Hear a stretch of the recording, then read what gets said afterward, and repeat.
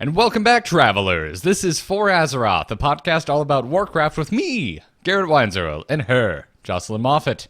And Hello! This is the first show I'm doing from my new studio in my new home.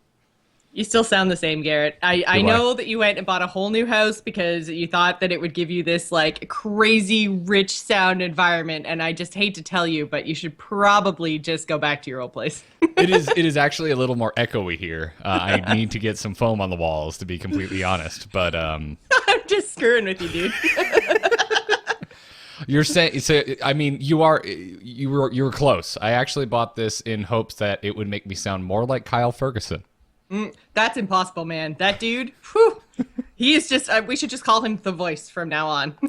He's The Voice. There you go. Except there's no brand confusion there whatsoever. I've never heard of any other show on basic network cable by a similar or possibly exactly the same name. Which is actually literally the only like network reality thing I've ever watched. Oh, really? Okay, fair enough. I haven't actually watched it. Every now and then I tune in when a band I give a crap about, which means a band that's 20 to 30 years old, is on there performing, which is rare. But every now and then it's like, oh, Fall Out Boy's on The Voice. I guess I'll watch that. And I guess they're younger than that, but Green Day's been on it too. So there we go.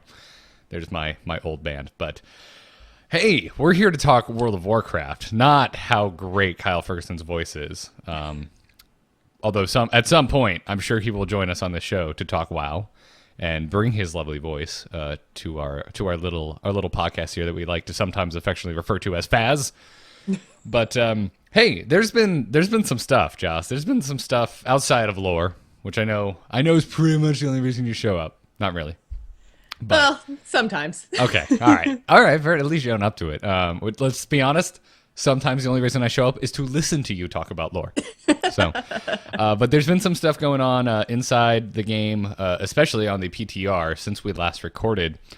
Specifically, we got to see a lot of what's going to be happening with secondary stat changes in the 7.1.5 update that will be coming soon TM. Not everything is currently on the PTR, but certain pieces are in there already. So they made a big post kind of explaining exactly what their goals were, kind of reiterating that, hey guys, item level increases are not an indicator of upgrades with the way that the system currently is, and they're not super stoked about that. They did say that they are okay with very small item level upgrades being a tougher choice. But they said some specs are currently passing up 15 plus item levels in favor of secondary stats, and they see that as a problem, and I would agree. Yeah, we actually had a plate chess piece drop in raid last night that was a 20 item level upgrade for one of our other plate wearers. She's a Death Knight, and because it had the wrong secondary stats, it wasn't actually an upgrade for her, and I'm just like, that's ridiculous. Yeah, it's a little absurd. It reminds me of Diablo 3 when the auction house was still in. It was just weird. Except, there's an auction house in WoW, but it doesn't work the same. It's not comparable. But Diablo 3's loot system was really borked when it launched, and that's kind of how this feels. Mm-hmm. And I mean, I understand taking a 5 or maybe even a 10 eye level change might not necessarily be enough of a change to like your secondary stats should factor into that decision, and I'm on board with that. And so basically what I've been doing, and I think is pretty good advice for anyone, is if you get something with a big item level change that doesn't necessarily have the right balance of secondary stats, just hang on to it. Like, don't vendor that, just put it in your bank, because we don't actually know how all of this is going to really shake out. So what's not an upgrade for you right now, when 7.1.5 launches, it could very well be an upgrade for you. And then so you don't want to have either sharded or vendored that gear. So yeah, just keep a little corner of your bank for potential upgrades, because I think I still have 1 or 2 slots that are, in the kind of, I think, 835 to 840 range. And so I'm just holding on to those pieces to see how this whole thing shakes out. Yeah, that's really good advice. It's surprisingly similar to when we know about a big balance update is coming in Hearthstone, for example. We always tell folks, don't stop disenchanting. Just stop, because we don't know what cards will get changed, because any cards that get changed, you get, once after the change, you get a lot of dust back. And this is kind of it's a similar thing, right? It's like, well, don't sell it because it might be good in a month. Yeah, exactly. Yeah. They also talked about their goal to improve rings and necks, and that they believe that the removal of primary stats from those slots on Legion gear means that your choice of secondary stats there are more impactful, and they like that. But the fact is that rings and necks still suffer from the problem of secondary stat distribution dominating the choice of which item to equip. So they've apparently increased how heavily item level affects the amount of stats on rings and necks in 7.1.5. So again, that move towards higher item level in most cases, meaning it's an upgrade for you. They said absolutely there will still be situations where that secondary stat choice is a bit more important than the eye level, but they're dialing it back a bit. Well, basically, it just means that like it's going to if like you have say mastery is your main stat, and mastery is the first stat that rolls on the ring, then you're basically going to be able to go by eye level. But if mastery is the second stat that rolls on the ring with the lower stats, then you might have to make a decision there based on what the other thing is. So it's a good way to reward people for actually knowing what this secondary stats mean, while still providing a little bit of guidance through eye level for players who are a little bit more casual and may not necessarily know exactly which secondary stat is most important to them in their class.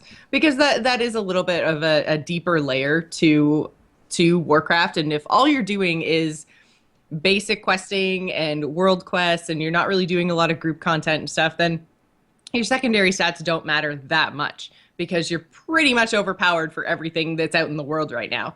So if you're more of a casual player, then you don't really need to worry about that, and you can go by item level. But if you're doing things like min-maxing for raids or for PvP, then, you know, like this is a good system for you. Yeah, and honestly, I mean, I don't think it's inherently bad that you might have to make that choice, right? You might have thought, well, is the item level more important or are the stats more important? I just don't think that needs to be the case for every piece of gear in the game. That you have to sit there and just be like, oh, God, here we go again. What do I need to do for every slot I ever pick up? But the fact, if it can be kind of relegated to specifically your jewelry slots, I think I like that. I like that the jewelry is different, like intentionally from armor. Well, and it's almost secondary in and of itself, right? Because all of your primary stats are on the big pieces that you're wearing, which makes sense. And then your rings and your neck are little accessories. They're extras. Logically, to me at least, that makes sense. So it has the smaller impact stats on it. So if you aren't 100% on top of what's best for you at the time, then, you know, like you can at least take a look at rings and stuff, but it's not going to totally end your entire gear set if you now pick wrong. Yeah. And I can dig it. I can dig it. They said that their third goal was to not lower player power, and they said that this was a key part of their strategy.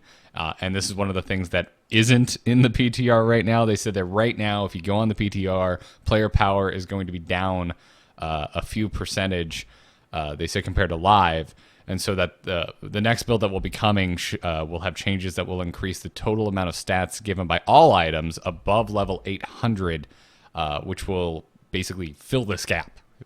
Which, I mean, that makes total sense. That is obviously the biggest things that players are worried about. They've spent the entire expansion so far picking gear pieces based completely off secondary stats in some cases, like hunters with mastery and fire mages with crit. And if all of a sudden you are taking away the power level of those secondary stats, however you decide to do it, the current build of your character is going to be wrong. It's going to be less powerful, essentially. So, I mean, this is always a player concern when they're talking about making big changes like this across all pieces of gear. This isn't just a little balancing where they're saying, oh, looks like crit is a little bit too powerful, so we're going to, like, tweak that one stat a little bit. Like, this is totally reworking how secondary stats work in Legion. So that, I think, was the biggest concern among the community. And so it's nice to see that it's obviously on their radar and they have a solution that they are presenting in order to keep people at the same level. And then going forward, you're going to be doing things differently, but it's not going to impact everything that you've done so far in Legion. Yeah, and they also said they expect, once these particular changes get implemented, that your overall power of your equipped items should be about the same. They said, if not slightly higher than live game right now. And then they also said, hey, note, this, as you might expect, that these changes are going to have an effect on certain classes in a different way than others. And they even went and talked about overall character power, since that comes from your primary stats. Keep in mind that, in many cases, all of your abilities will hit harder, even if they crit less or happen less frequently. So, which makes sense. Yeah. Yeah. So, not going to get into the nitty gritty of this, what changed for secondary stats. We're not a mid-max show by any means, but it's in the show notes if you want to see it, or anywhere World of Warcraft news can be found.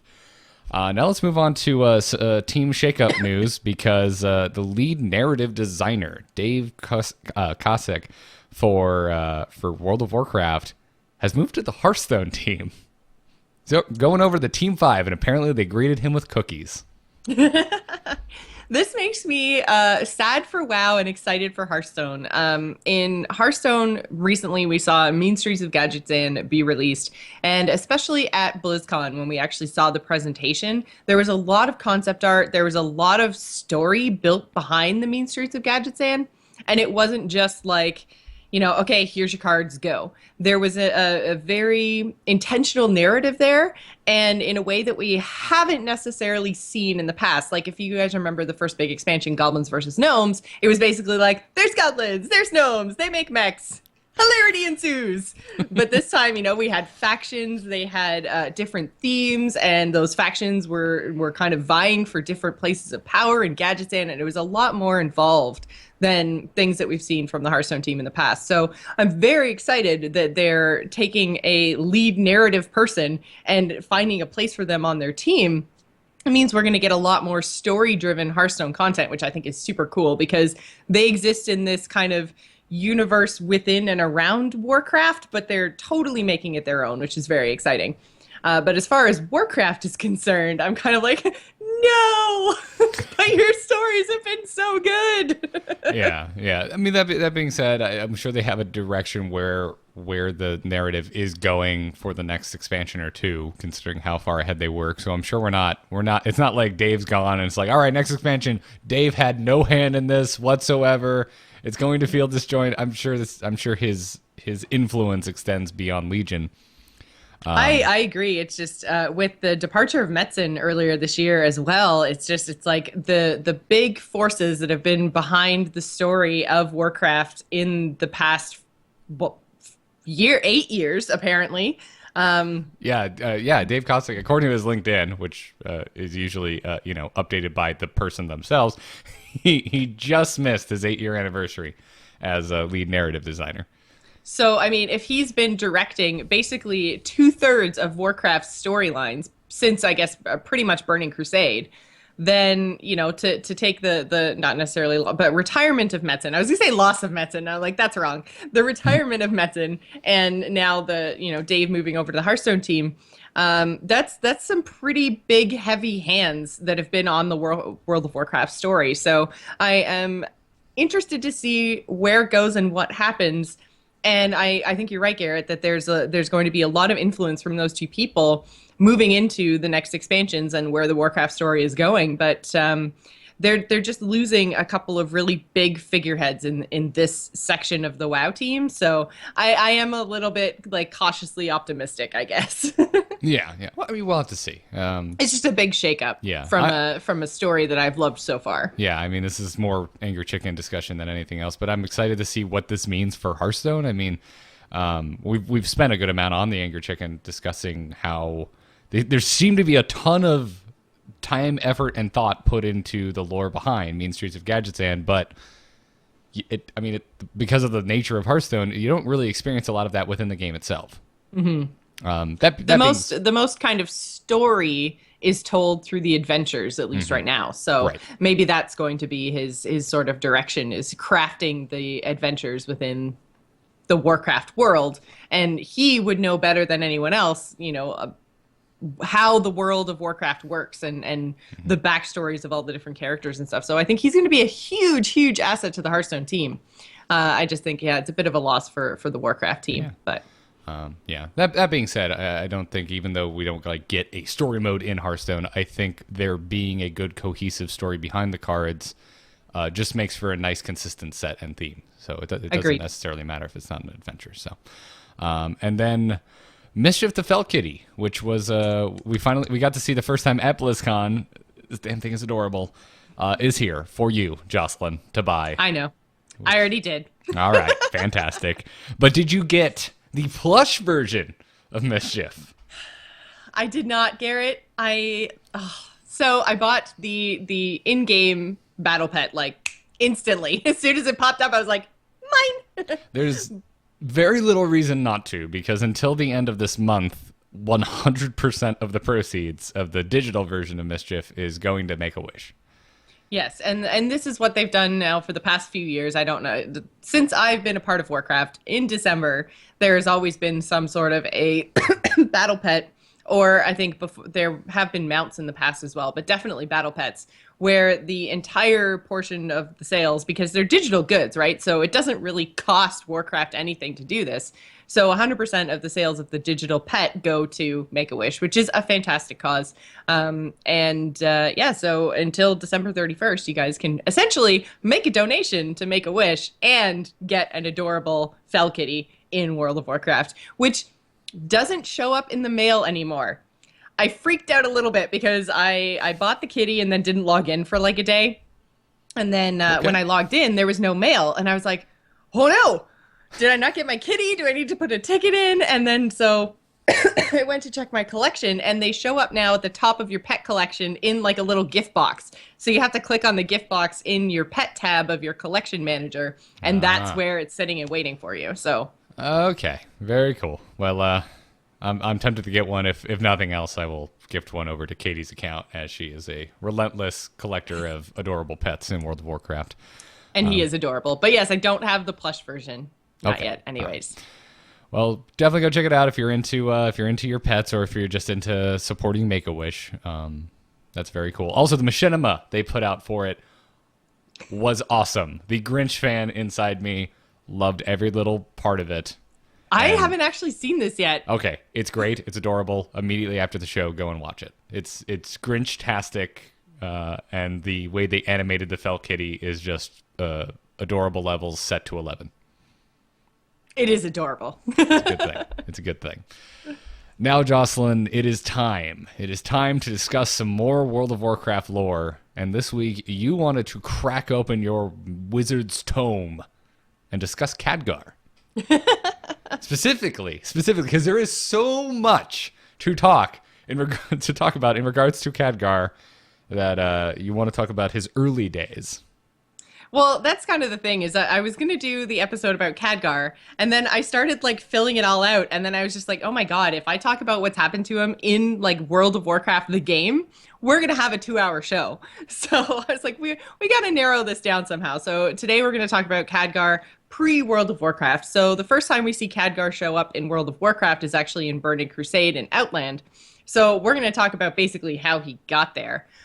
He's one of the most accomplished living wizards, because we've seen, as we talked about the Kirin Tor, was Kirin Tor last week? Kirin Tor was last week. Okay. It may have felt like we also talked about Jaina and Ronin and Antonidas. Well, that's the thing, yeah. And Ronin Dalaran. and Antonidas in particular were also very, very powerful contemporaries to Khadgar, but unfortunately, they are no longer with us. So Khadgar has kind of taken over. Crassus was another one, who was technically a red dragon in disguise. Spoilers! But he has also since passed. So Khadgar is one of the only living, super powerful Warcraft lore wizards. And he started off, basically, he was a member of the Kirin Tor, in that, like, the Kirin Tor have sort of like a school for promising wizards, to kind of like Hogwarts, I guess, that families send their children to very, very, very early on in life. And then, so he had been living in Dalaran, he'd been studying with the Kirin Tor, and it became time when he turned 17 for him to go and apprentice with Medivh, who was kind of a bit reclusive, a little bit eccentric of a wizard who had essentially sent back every apprentice that the Kirin Tor had ever tried to send him. He was just like, nope, screw you guys. I don't want to help anyone. I'm done. And so basically Khadgar arrived and Medivh was kind of like, all right, I like you. You like aren't failing my first few little challenges. So Khadgar remained to study with Medivh at Karazhan. And so Khadgar, when he first got there, just thought Medivh was kind of weird. But basically, he spilled everything to Medivh about the Kirin Tor. They became, over time, kind of friends. And Khadgar was often given little tasks like cleaning the library and stuff like that. And one of these tasks actually led him into a room where he had this vision of a giant human army led by an old long-haired white mage battling against creatures like he'd never seen before with green skin and black armor. I have no idea what those creatures could be. That No, doesn't sound not like at all. anything I have ever seen in the World of Warcraft. Yeah, well, Khadgar was also super confused. He was like, WTF is that thing? And so he totally didn't understand the vision at all, but he did notice that the human had eyes that looked very similar to his own. So he thought that maybe potentially, although this vision was kind of overwhelming to see what could potentially be himself leading a giant army against these monstrous creatures, he figured that because the man in the vision was old, it was, like something that could come to pass and was way far in the future and, like nothing for him at 17 to really be worried about. So then Medivh began bringing his apprentice Khadgar on numerous different errands, one of which included confronting the orcs in the Black Morass, which was basically Khadgar's first introduction to the green skin horrors that he'd seen in his vision. And so they discovered that the Horde had essentially come to Azeroth, and they met with an emissary who was the half-orc assassin Garrona, who you will remember if you saw the movie, although movie Khadgar Medivh, way different than Warcraft Khadgar Medivh. and Garrona as well. And Garrona as well, yeah. Outside of just, although she was a half-orc in the movie, she was a half-orc, half-human. And in Warcraft lore proper, she's half-orc, half-Draenei. So there's that little change that they made for some reason. But basically, after meeting with Garrona and kind of hearing the Horde side of the story, he started to become pretty suspicious of Medivh. And so through kind of talking to her and as time went on, he basically figured out that it was Medivh who opened the Dark Portal and brought the orcs to Azeroth. So the two of them, Garrona and Khadgar, ended up confronting Medivh, and they had this big, gigantic battle in Karazhan. And although he was able to kill Medivh, and therefore the demon inside him, who was the basically shard of a soul of Sargeras, the Titan that we talked about a few weeks ago, even though he was able to kill Medivh, he had all of the magic and life sucked out of him, which now gives Khadgar the appearance of an old man, even though he was only a teenager. And even to this day, when we see him in Legion, although he got a bit of a model upgrade after Burning Crusade, like, he kind of looks more his age now, which I'm a little bit upset about. I was about to say, this is where I'd like to hold up my finger and go, excuse me. He looks like he's 46, which is how old he is supposed to be at this moment in our current timeline, at the point of the Legion's invasion in Legion. He's 46 years old, and he looks like he's 46. I'm not saying everyone who's 46 has stark white hair, but but that's really the only thing that you can actually like look at his model and go like, oh, something maybe potentially seems a little off, and it's the difference between like maybe some salt and pepper or like straight up white hair. So right, like he's young. He has a younger face. He looks like a handsome 46-year-old, not old dude. Especially since he was 17 at the time of this event, and that was supposed to just make him immediately look like an old man. So just like his aging freeze at kind of sexy old man's phase, or Is Well, he I aging mean, he was backwards? supposed to be, and you can kind of see from his model when you see him in Burning Crusade and Shatrath. He has like a long white beard. He looks very Gandalf-like, Hmm. and I feel like that's how I always pictured Khadgar because it was basically just a change to his appearance. He didn't lose any of his like youthful like agility or anything like that. Like it didn't turn him into an old man. It's basically he looks like an old man even though he's 17, and it's something that actually really shaped him as a person because he essentially lost everything when that happened. Because can you imagine being a 17-year-old but looking like you're an old man with a big long white beard and everything else, I mean, and you then could shave trying your to beard. say Let's be woo a honest. lady? Oh, trying to woo a lady. Okay, I was arguing you could just shave your beard. I mean, Well, that's true, but like if you have the appearance of someone who's in their 60s, 70s, 80s, an old man, trying to then have relationships with people your own age would be challenging because they wouldn't see you like that. And so it kind of for Khadgar had positive aspects and negative aspects. Negative aspects with the kind of social side of things. But on the other side, he was taken a lot more seriously, a lot faster, because he was a powerful wizard, but he also looked like he was wise and old and everything else, even though he was only, kind of 17 through 22 through the events of the Second War. So he actually became a kind of captain and general of armies, even though he was still so young. Which actually brings us to the Second War, which was after Medivh's death. Stormwind actually fell to the orcs. So, spoilers, the Horde wins. yeah, this was the end of the original Warcraft, and it was not in the Warcraft film Right. for who And knows what reason. We don't know if we're getting a sequel. I think it's probably just because the orcs are kind of, outside of Duratan, they're very much painted as like the bad guys in the First and Second War. So I feel like had they ended the Warcraft movie with the orcs winning and the fall of Stormwind and the destruction of the castle and everything else, that would have been kind of a downer. I think it was much more of a like positive for the Alliance kind of a moment at the end, which was a little bit more uplifting than like for the Alliance as they run away. Yeah, I don't know. I would have been cool with it, but also if it does ever end up getting a sequel, I guess that would be a pretty dope way to open the film. Yeah, it really would be because then, like the opening of the film would be the sacking of Stormwind and then into the pursuit across Kalimdor or sorry, Eastern Kingdoms. And then, all those little battles and then the elves come in and yeah, it could be a really, really cool movie and kicking it off with Stormwind falling would be very impactful.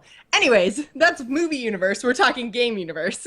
They're similar, but there's notable Yeah. differences worth bringing up because we're still within the release year of the Warcraft film. Very, very true. So Anduin Lothar, who was also in the movie, basically takes the humans from Stormwind and flees north. And so Khadgar, who is with Anduin Lothar, I feel like I'm just going to call him Lothar, guys, because otherwise it's going to get really confusing because he is the namesake for the current king of the humans of the Alliance, Anduin. I don't even know what Anduin's last name is. Rin. Rin, right, Rin. God, I was like, that was a total like brain fart there. I was like, hang on a second. Yeah, so this is Lothar from the Second War, not Rin from current Warcraft timelines. Correct. So Khadgar was with him, fled along with the humans, and his magic kind of gradually came back to him over time, and he became more powerful than he was before. But unfortunately, his youth didn't return to him as well. So he still bore the kind of physical scar of his battle with Medivh. Together, Khadgar and Lothar convinced the leaders of Lordaeron of the threat of the orcs, and so the formation of the Alliance of Lordaeron happened. And this is slightly different than the alliance that we know today. This is basically at least in this point in time, the humans that were fighting back against the orcs. So there's like contingencies of elves and dwarves that kind of come into play at this point, but it's not what we know of today in terms of the Alliance. So Yes, yeah. this is very specifically the Alliance of Lordaeron fighting against the orcs in the Second War. This isn't like the Alliance And from World of Warcraft. And specifically, the elves that were involved were the High Elves, which become the Blood Elves. Yes. At the time, not the Night Elves. So just keep that in the back of your mind as well. We talked about Illyria 2 or 3 episodes ago, and this is just before Illyria enters the picture. Yes. So one of the you're getting a little bit ahead of me, but yes. So basically, Khadgar then goes from Lordaeron to Dalaran, which is, if you remember, basically right across the lake from the capital city of Lordaeron. And he tells the Kirin Tor everything that happened with Medivh, and he is made the official liaison between the Alliance of Lordaeron and the Kirin Tor. So again, we see him being taken extremely seriously, first of all for his deeds in defeating Medivh, and then secondly just for his power as a wizard. He's being taken very seriously by the Kirin Tor and put into a position of power. So he fights alongside the newly created Silver Hand, which I think we talked a little bit about when we did the Turalyon and Illyria episode. Yes. Yeah, actually, yes, because the Silver Hand is basically the Paladins. Yes. Paladins, as we know them today, it all kind of traces back to the Silver Hand. Unless we're talking Blood Knights, and I believe I talked a little bit about that on that episode, so not going to get it back off into that tangent other than Blood Knights are awesome. Yes, and I think Blood Knights deserve like an episode of their own because they have a very unique history. While ending up Paladins in the end, they have a very unique history when it comes to their formation. But when he basically was fighting alongside the Silver Hand, he met Turalyon, who was one of the original Paladins. And I actually believe it might have been the first episode of For Azeroth when we covered Turalyon and Illyria. I think that was our first lore segment. Was it the first one? My goodness. I think so. I could be wrong, but I think it was. So if you guys are interested in more, Turalyon and Illyria backstory, then please go and find our previous episode. I believe it was episode 1, but I could be wrong. Nope, it was episode 2. Episode 1 was Illidan. Oh, okay. So episode 2 is Turalyon, Illyria, and a little bit of a side journey into the formation of the Silver Hand. Right. So basically, Khadgar and Turalyon, because they were so close in age, became very close friends very quickly. And they were joined by a high elf named Illyria Windrunner, who had a kind of small band of elves who she was, because she's a ranger, so she was kind of out patrolling and was basically ambushed by a bunch of orcs and then went, hey, these guys are new. This is probably a problem. I should go figure out what this is. So she joins up with Khadgar and Turalyon, and they basically took troops, not the whole army, but took some troops to intercept the Horde because they were moving north towards Kel'Thuzad, which is the High Elf homeland. That's where Silvermoon, Eversong Woods, all of that kind of area. But by the time that they arrived, Eversong Woods was already on fire, so they were a little bit late. So they were able to actually halt the Horde's advance towards Kel'Thuzad, but the destruction of Eversong Woods and the loss of a lot of elven lives convinced the High Elves to finally get into the battle and fight for the Alliance. So along with a contingent of High Elves, Khadgar and Turalyon, and Illyria as well, marched back towards the city of Lordaeron. And they got there just in time to drive the orcs back because the orcs had also basically split their army into a few different places. Like when we talk about the Horde, like this is basically like the power of the Horde. This is a giant army. They've got, enough orcs to take over Kel'Thuzad and still do Lordaeron at the same time and still harass the dwarves up in the mountains. Like this is a very giant, this is an invasion force. So, as they're pursuing the orcs that had been attacking Lordaeron south, they meet back up with Lothar and his forces. And as they're pushing the orcs back towards the Dark Portal, Lothar actually comes face to face with Orgrim Doomhammer, who is the leader of the Horde.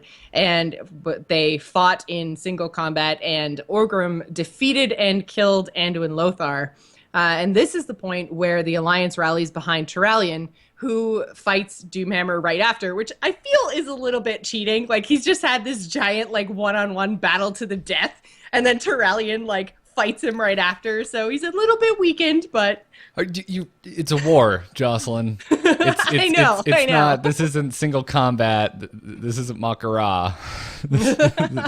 That's the leader. He needs to go down, and he doesn't kill him, he subdues him. That is true, yes. And that is kind of one of the things that makes Turalyon such a, not necessarily unique, but definitely heroic figure in the World of Warcraft, is because he's able to stem his rage after seeing one of his best friends murdered essentially right in front of him. And he takes Doomhammer into custody to stand trial for his war crimes, as opposed to just murdering him on the field, which, as Garrett mentioned, it was a war, and that would have been a fully defensible line of thinking. But Turalyon stays true to his paladin nature and brings Doomhammer in instead of killing him. But the main Horde forces were defeated, and then they are pushed all the way back with Khadgar to the Dark Portal, which Khadgar then destroyed with his knowledge of Medivh spellwork. But the rift connecting Azeroth and Draenor was still there. Yeah, it was destroyed, but not really. The portal itself was destroyed, but the connection was still there. Yeah. They weren't able to reliably travel between the two worlds anymore. Yeah, and that's why, and again, this comes up a bit in our episode where we discussed Illyrian Turalyon, but it bears repeating in reference to Khadgar that this is what, years later, orcs started coming through the Dark Portal again. And this is what, I think this was the expansion to Warcraft 2. My knowledge of pre-Warcraft 3 Warcraft RTS is hazy at best, so I apologize if I'm wrong. But this is what basically sparks the expedition beyond the Dark Portal. Exactly. So basically they noticed that the orcs that were coming through the now reactivated Dark Portal, they weren't coming through and just kind of ravaging in the way they had in the past. They were very strategic strike forces going after specific artifacts that were basically powerful magical artifacts. And then they were taking them. So, they weren't using them to strike against the humans. They weren't, doing anything on Azeroth. They were coming in, strategically striking, and leaving again. And so one of the artifacts, Khadgar was actually told by the Kirin Tor by Archmage Antonidas through a dream, which I think is like, why didn't you just send a dude? Seems a little bit convoluted, but the Eye of Dalaran had actually been stolen by Terran Gorefiend, who was he's actually ends up being the first Death Knight, I believe, raised by Gul'dan later on. And so he was very, very close to kind of right hand of Ner'zhul. And he had stolen the Eye of Dalaran from the Kirin Tor, which was a very powerful magical artifact. Very, very similar to the Focusing Iris, which I think we talked about a little bit last week, which was the magical artifact used to basically devastate Theramore with the Mana Bomb. And basically these artifacts allow very powerful wizards to focus their power and basically then use the artifact to do big things. So in this case, the Eye of Dalaran had been used to help with the reconstruction of Dalaran. I think we talked about... Was it the reconstruction of Dalaran? Now I'm getting my timelines mixed up. I don't think it was the reconstruction of Dalaran. I think it was the raising of the Violet Citadel. But anyways, some big wizard construction project involved the Eye of Dalaran. So basically, the Kirin Tor knew the amount of damage the Horde could inflict if they used the Eye on Azeroth. So the Alliance launched the expedition into Draenor, and that was headed by Khadgar. You were correct. It was the Violet Citadel. You were also correct. Terran Gorefiend is the first Death Knight. Yes! Fun fact, you can still go fight him in the Black Temple raid right now. You can kill him. That is true. So once on Draenor, Khadgar realized that under the Shaman Ner'zhul, the orcs were planning on opening many portals to many different worlds. So instead of coming back to Azeroth, where they had so much resistance, they were essentially trying to branch out because Draenor was dying. So all of the fel magic, orcs used to be shamans, but then with the influence of the Burning Legion, they moved towards becoming warlocks and using fel energy. And that essentially is a life-draining type of an energy, as opposed to shamanism, which is basically channeling natural magics. And so by using fel magic to the extent that they had essentially drained the life from Draenor, and they needed to find a new homeworld, which was the entire reason the orcs came to Azeroth in the first place. So now, instead of going back to Azeroth again, they were trying to find essentially a way out. So they were just opening a whole ton of dark portals to a whole ton of different places. So Khadgar and Turalyon and Illyria and the rest of the Alliance expedition assaulted the stronghold of Hellfire Citadel and continued on pushing after its fall. And so while they were in Draenor, they discovered another threat, which, drumroll please, was Deathwing, who had essentially been rebuilding the Black Dragonflight after his defeat in the War of the Ancients on Draenor. Don't ask me how he got there. A very large portal, I'm sure, because he's large. Well, this is the thing. Draenor and Azeroth seem to be connected essentially through the Twisting Nether in more ways than just the Dark Portal. There's a reason when the original Dark Portal was opened, it opened onto Azeroth. These two places are very connected, and there are many ways in lore where people travel between Draenor and Azeroth just basically by creating portals to the quote-unquote closest other world, which happens to be Draenor. So it's not necessarily close in terms of distance, but it's definitely close in terms of like mind-bendy, space rifty, twisting nether things. Yeah, think time and space. There you go. The two planes are close to one another. And even if you play through Burning Crusade, there's quests in Outland where you go and stop folks from trying to build additional portals. Well, and that's actually how Illidan travels to Outland with Kael'thas and all the Naga and everything else, is he essentially opens his own portal because he's so powerful. So, you know, there are many instances of people opening portals that aren't necessarily the Dark Portal between the two worlds. So anyways, Deathwing and the Black Dragonflight were present in Draenor, and he had the Skull of Gul'dan, which is a very, very powerful magic artifact. And so Khadgar led a force along with, and basically allied himself with the Graan, led by Gruul. And I believe he's someone you fight in Burning Crusade, isn't he? Yes, he was a mini raid. It was a 2-boss raid. You went into Gruul's lair. There was an ogre boss, and then you just went and fought Gruul himself. I remember this because there were some dope ass pieces of armor and weaponry in there that I direly needed back in the day. So basically, Gruul and the expedition go to Deathwing's clutch, and they kill Black Drakes and destroy Deathwing's eggs because they know that they are essentially corrupted beyond repair by the madness of Deathwing. So Khadgar, in the ensuing battle, because Deathwing, obviously, he gets super pissed. They just literally killed all his kids.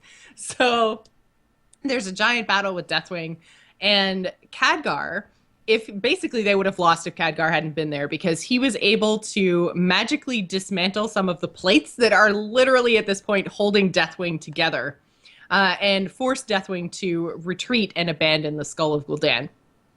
So ultimately, Khadgar and the Alliance were unable to stop Ner'zhul from opening his portals, but because he was drawing power from the ley lines of Draenor, which, as we are now learning in more about in Legion, are basically powerful lines of energy that go all the way through the planet and are basically like the veins and arteries of the Titan inside.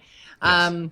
Even without a Titan, those kind of lines of power still exist on different worlds. So he was tapping into these lines and creating such chaotic energies that the world began to essentially explode. And so to prevent the destruction of Draenor from basically going through the rift between worlds to Azeroth, Khadgar used the newly acquired Book of Medivh to close the dark portal from the Draenor side, essentially sealing off Azeroth and saving it from the blast that turned Draenor into Outland. Yes. Khadgar, Turalyon... Sorry, Garrett? I was just agreeing with you, yes. Oh. Yes. So Khadgar, Turalyon, and Illyria, as well as the rest of the Alliance expedition, escaped into a rift in the Twisting Nether and basically survived the blast and then came back to discover Outland, where Draenor used to be. So they were unable to return to Azeroth, and so the Alliance expedition was presumed dead and were immortalized with statues in the reconstructed Stormwind, which you guys, if you play Alliance, have probably seen the statues of Khadgar and Illyria and Turalyon. Indeed, I have walked past it many times. I kind of miss Stormwind. It's better than Orgrimmar. There, I said it.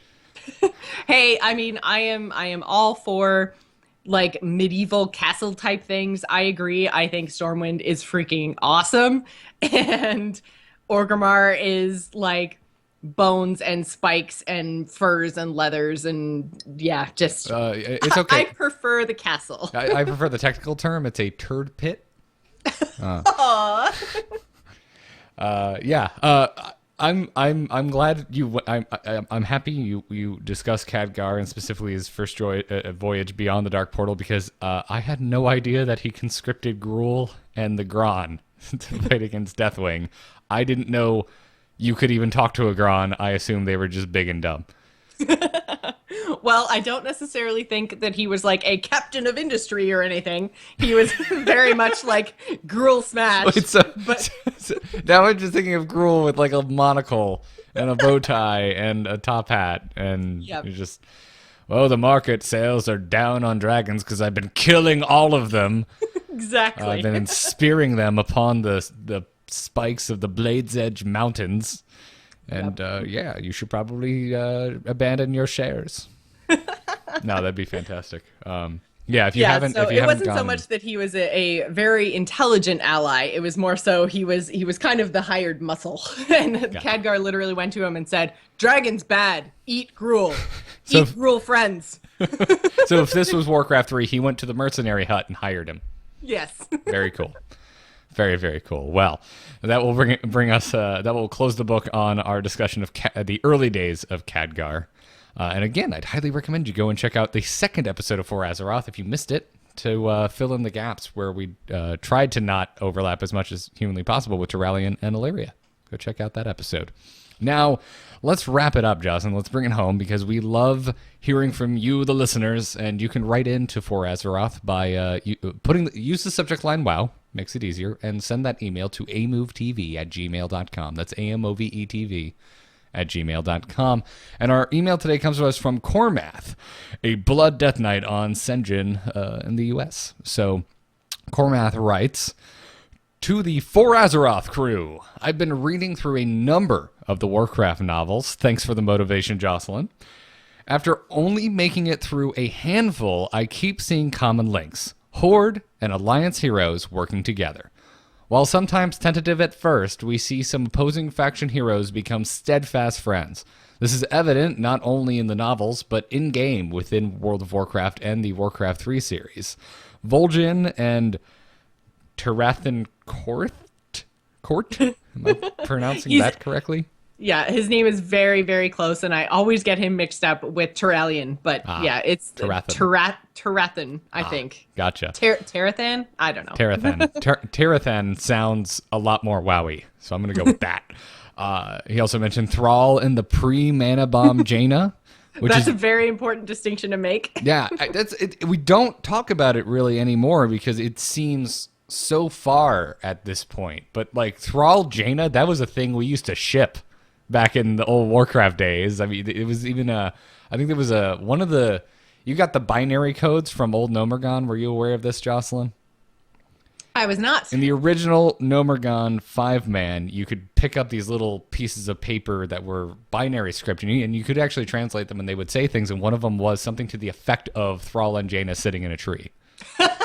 And this is from Vanilla World of Warcraft. The Thrall Jaina was something we were all expecting to happen one day. Never did.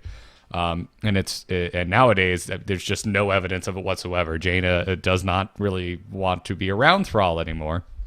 Which is funny because Thrall is very much, though he is a hero of the Horde, and when you go and do things like, for instance, the Broken Shore scenario, he fights alongside the Horde.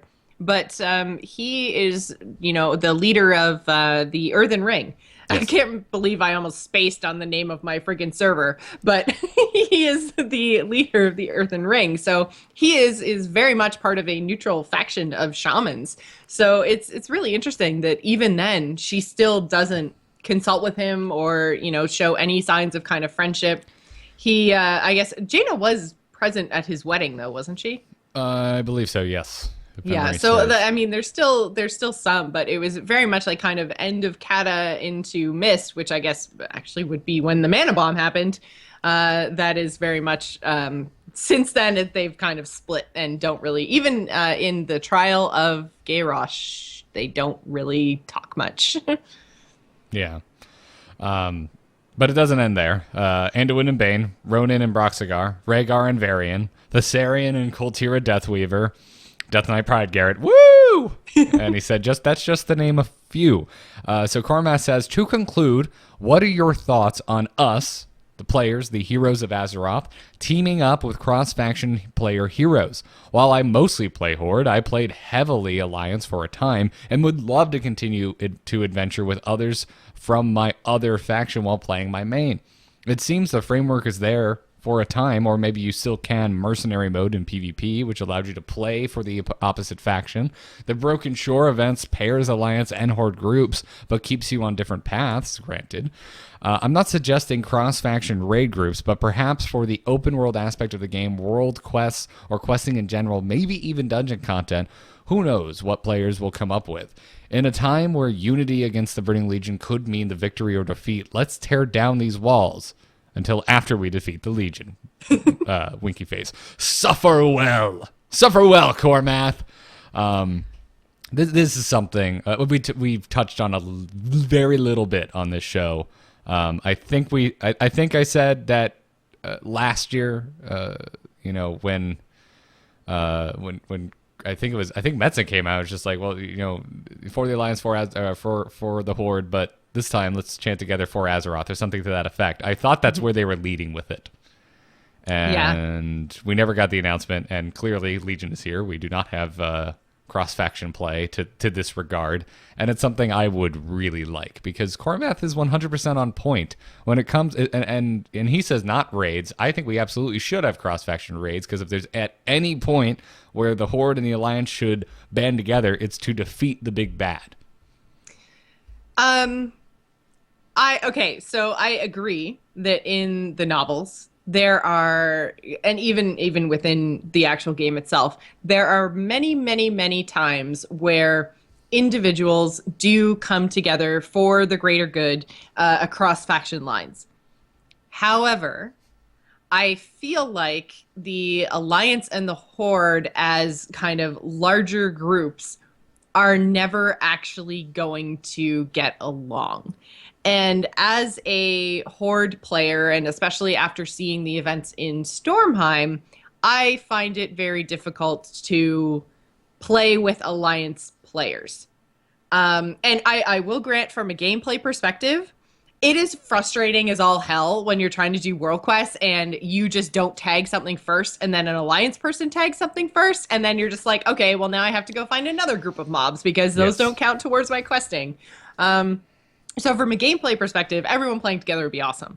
Also from, recruiting for guilds and, all the different, that kind of stuff, and being able to, have a raid team. Like, I would love to raid with some of the people that I know from the CTR guild, but they're Alliance. They're on a different server, although cross-server stuff can happen now. But they're Alliance, so I can't play with a lot of my friends who play solely Alliance, which is kind of unfortunate, but it's also kind of part of the world. So I don't know if you could actually bring those two factions together all the time.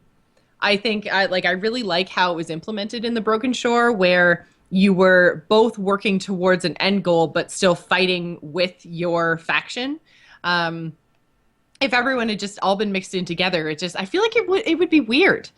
It's so ingrained in me as a player that I play for the Horde, and especially with the state of the Alliance leadership right now, I find it really hard to trust them, which I know is the case with the Alliance and has been in the past, especially under Garrosh. Like, it was very difficult for the Alliance to trust the Horde, and I feel like that story is kind of flipped on its head now. So I don't know if I would, from a lore perspective and an RP perspective, I don't know if I would want to play with the Alliance right now. All right, counterpoint time. I am Horde. I'm a proud blood elf, even though I'm dead because I'm a Death Knight now. And I don't currently trust Sylvanas. Fair enough. First thing you do when you get to the Broken Shore, where there's a huge threat on hand that is bigger than all of us, is go after your own petty personal projects. Well, and we've had this discussion before, and I don't really want to get too far into it, but I am on the side of Sylvanas trying to solve a problem that she sees as in the forefront of basically the Horde being able to continue. I think I think it's easy to read into that. I don't think she ever actually states it that way, though. When you listen to Sylvanas' words, it comes across very personal. Well, and obviously it is personal to her because the Forsaken are her people, but she also says she does talk a lot about how, like, when you're on the ship before you actually leave for Stormheim, she does talk a lot about strategic advantages or more appropriately disadvantages to the fact that, you know, the Forsaken are a limited force, because once they die there are no more Forsaken. They can't procreate. They can't have any more. Reproduce. Yes. Yes. I mean, I would argue though, it's not like I'm going to war. Everyone, do it. Just do it. Because it's not like the babies can go to war immediately. It's like, all right, cool. Some baby orcs, give them an axe and kick them onto the field. But that's kind of what could be a very big strategic advantage with the Forsaken, is if she's able to make more, they are literally battle ready right away, fair already enough. With training from their previous lives. Okay, all right. Well, that was just the point I wanted to bring. And by the way, I'm not saying that I don't like what they're doing with Sylvanas. I love it. I find it extremely interesting. I'm just saying that if I was a blood elf in the World of Warcraft, I'd be kind of looking at her like, it seems really risky. Like, a risk we shouldn't be taking right now, given what's going on. But anyways. The other thing is, I think from a role play perspective, I agree with. I'm 100% on board with Cormath. I think every event of note that has happened in the history of Warcraft, pretty much from Warcraft 3 and on, were cross faction victories. Yes. And but even they were still, like, even though together we defeated whatever the big bad was, we were still doing our own thing. Like, we each had a job, and by those things being done, we were able to be victorious. I agree, and what I'm not necessarily advocating for is 100% homogenization. That, you know, Horde and Alliance can go do every single thing in the game together. I think there are select things they should do. You should be able to do in the game together. The last thing in the world I think should be cross faction, and surprisingly is the first and only thing to ever be cross faction, is PvP. Yeah. So I think they've already, in my eyes, kind of failed from a role play perspective. So why not? How about we explore the things that do make sense from a role play perspective, like cross faction raiding? When I went to defeat Arthas in Wrath of the Lich King, the verbiage used after his fall is the heroes of Azeroth defeated him. And this happens time and time again with Deathwing, because with whatever big bad you can think of, the verbiage they use in the game itself is as ambiguous as humanly possible, because they know people on both sides of the faction are the ones completing it. It's an MMO. You have to write it that way. So why not double down? Why not give us some options to play with our friends on the other side of the aisle? I'm not saying that we should allow orcs to hang out in Stormwind. As a matter of fact, I would like a more of a doubling down on the races, the kind of the race fantasy of WoW, kind of where they've succeeded so well with class fantasy and Legion. I would love to see a doubling down of race fantasy going forward. Come up with some system where it kind of incentivizes you to be in your faction, like your race's capital, because everything besides Orgrimmar and Stormwind are more or less ghost towns. I would love, as a night elf, to be incentivized to be hanging out in Darnassus for some reason. And I think Order halls have proven that that's fine. That's okay, as long as you're seeing other players. You don't necessarily have to be seeing all of the other players on your faction. I think if you're seeing a subsector, if at least you're kind of herding a group of players to a certain area, that it's fine. It still gives you that social aspect. It still makes it seem like a living and breathing world. So that's what's happening with Order halls, right? I mean, it's only one class in that place. Yeah, I agree. I can see cross-faction raiding. I think if they were going to bring cross-faction anything, that would be the thing that I would be most comfortable with from an RP and a lore and a sort of a perspective. Because I feel like then, yes, that's in raids is where you're going to defeat the big bad. That's where the really big threat is. So cross-faction makes sense to me there. Dungeons, maybe not so much, just because dungeons are small 5-man groups, right? So that very much seems like my Horde faction leader saying like, oh man, please go, take care of the Underking in High Mountain. Like, very much sending almost like a little strike force. Yeah. So that makes more sense to me to be faction or not to be cross faction. Yeah, I like that. I like that too. That makes sense to me. Yeah, so I mean, if they were to go cross-faction anything, I think raids is probably where it belongs. But yeah, in terms of like dungeons and questing, and as much as I wish they would remove the faction tagging from World Quest, I don't necessarily want to be able to like group up with stuff or group up with the other faction for kind of smaller pieces of content, because again, like it feels much more like focused, as opposed to solving the big problem of the expansion, which in this case is the Burning Legion. So, but I think, cross-faction raiding could make sense. Yeah, I would. That's the big thing I'm advocating for. Mm-hmm. And anything else would be, I think, just convenient, but I wouldn't be as behind from a role play perspective. And while I do not, we're on a role play server, I don't actually role play. I don't talk in character all the time. It's a lot of LOL WTFs out of me for the most part, but. I do care about Warcraft from a lore aspect, and therefore I like roleplay being baked in a certain way, like faction restrictions. But I think it makes sense to go and bind go together shoulder to shoulder with my alliance brethren for a greater good, and that would be raids. So, but we'll have to see. Don't know what'll actually happen. It doesn't seem like this is something that the WoW team is super concerned about, and it's certainly not. It's not like World of Warcraft is having a crisis of player numbers, which I could see them going down this route if that ever does happen. Yeah, it's not like it's not like there's a shortage of players on your faction to raid with, for example, unless you're on a really low pop server, and nowadays you've got cross server and all kinds of stuff.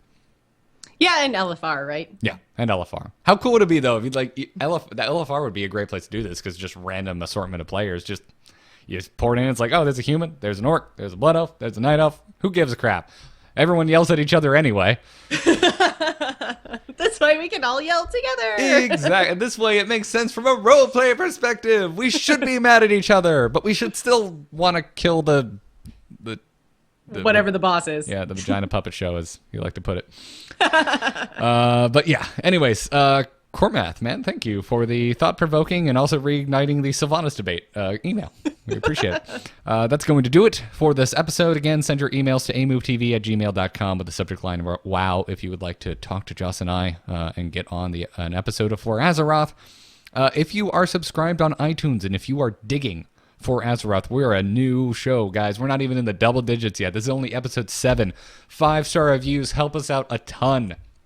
We would really appreciate it if you like For Azeroth, drop us a 5-star review and help us rise up those iTunes ranks and find some new listeners. You can also subscribe on YouTube over at youtube.com/amovetv or anywhere else podcasts can be found. And you can catch us live Monday at 12 p.m. Eastern Time on twitch.tv/amovetv. And you can catch that show live on just about any device, if you can't get into Twitch for some reason, over at alphageekmedia.com. Jocelyn, when you're not schooling me on the lore of Warcraft, where can folks find you? You can find me on Twitter and Twitch. I'm at JossPlays. You can also find links to everything I do at jossplays.com, including my general gaming podcast, which is called The Gamers In, and can be found right here on twitch.tv/amovetv every Wednesday night at 8 p.m. Eastern. Fantastic. Folks, you can find me on Twitter at GarrettArt.